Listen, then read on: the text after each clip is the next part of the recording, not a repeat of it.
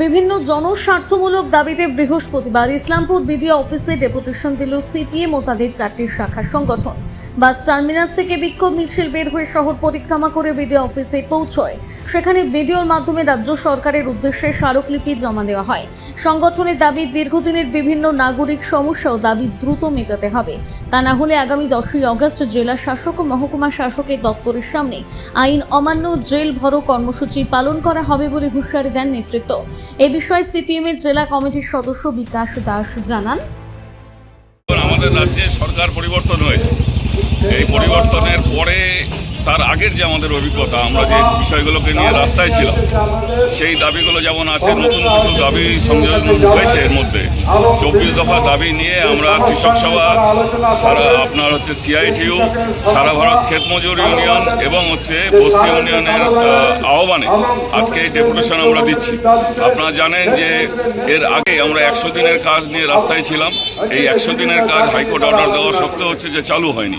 আমরা দেখলাম যে এসআইআর এর নামে অযথা মানুষের হয়রানি হয়েছে।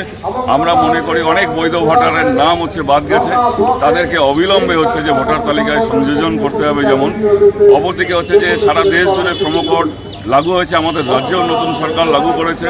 এই শ্রম কোডকে বাতিল করতে হবে, কারণ শ্রমিকদের যে অর্জিত অধিকার এখানে সেটা খর্ব হচ্ছে।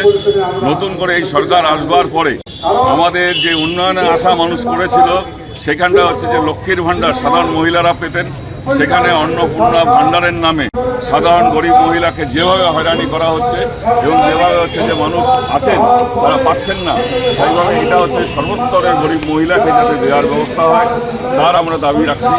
এই সরকার আসবার পরেই রেশন কার্ড নিয়ে যে হয়রানি শুরু হয়েছে, কার রেশন কার্ড বাতিল হয়ে যাচ্ছে, রাতের অন্ধকারে বাতিল হয়ে যাচ্ছে, কী কারণে বাতিল হয়ে যাচ্ছে, ফেসবুকে কিছু ঘটছে, সরকার কিছু বলছে না। ফলে এই রেশন কার্ড যাতে বাতিল না হয়, রেশন কার্ডের অধিকার যাতে রক্ষা হয়, তার দাবি আমরা যেমন করব। আমরা যে শ্রমিকদের ন্যূনতম মজুরি 700 টাকা করবার পক্ষে।